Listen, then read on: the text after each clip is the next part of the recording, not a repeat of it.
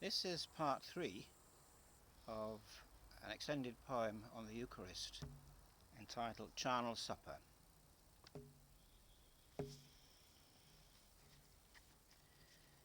It is the death of Christ our teeth champ on, and mill and liquor with our tongues, the death of God, the death of man, the death of poor John Barleycorn. For all that is meat to us, all that is food, was grown for sacrifice. The patient pig at his trough, filling his flesh with swill to prepare our bacon. Conies thieving the vegetables that shall share their later savour. Pigeons that swell with corn to fill our pies. The hen, yielding her oval young, at last shall yield herself to the pot. The mighty bull, most feared of all four-footed things, straight-jacketed with a sausage skin. The duck brought down, garrotted the fat goose, the cod entangled, and the trout tricked with a hook.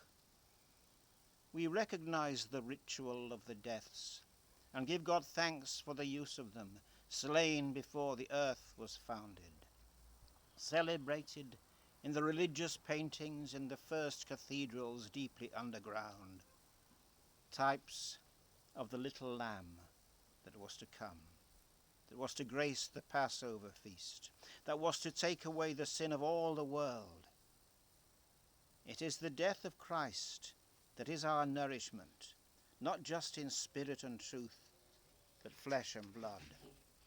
Not just in blood of bulls and goats, but grass and grain and greens, which are the food of all the earth, in onions and the fruit of trees, by eating one of which, whether pomegranate, medlar, or globe-resembling apple, death became our property.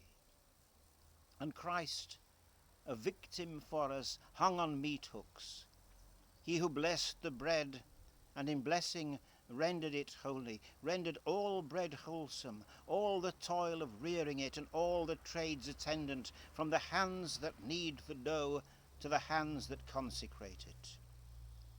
With his body he blessed it on the tree, an apple for our teaching. And a sign that death is now made holy too, that was a curse on everything that died. What is good for God is not to be despised by us, we who are food for worms and all the larger carnivores that have a taste for us, hyenas, vultures, dogs. Shall we deny them supper? The ground, black with the blood from hands and feet, is holier for it. The Pleistocene skull of Adam in its burial pit is blessed by its seeping down through all the earth and all the ages, from that day when the angry heart turned to murdering stone that slew his kin, a fact we are all implicated in lynch parties, or when we cried in the Passion, "Let him be crucified," and he is meat and drink for us, and daily bread, even with jam on it, and manna that tastes like just what you want it to. Cream cheese, caviar, veal, stuffed olives, oysters, lobster boiled in all the agony of cookery. He has borne all the griefs, the swollen goose's delicate liver, and the bleating lamb led to the slaughter that its mother witnesses. All of it he has borne under the baking sun, his back streaked by the tenderizing whips of professional lackeys and garnished with a mocking crown. Basted with his own blood, with vinegar to quench his thirst, he hangs accursed and blessed, like all of us, bearing our griefs and his from the first fathering of time until its last fulfillment.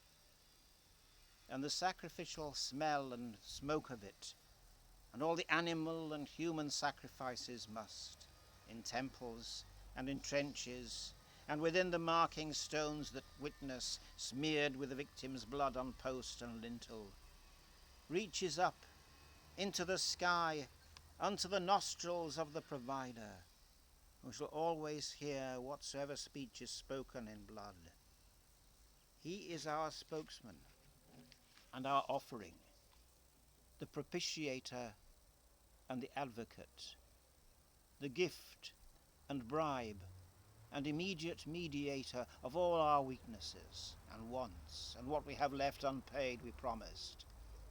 He who is sent before to make our peace, he who is ours because we have eaten him, by eating whom we have tasted the good and immortality, taste that takes the taste of death away.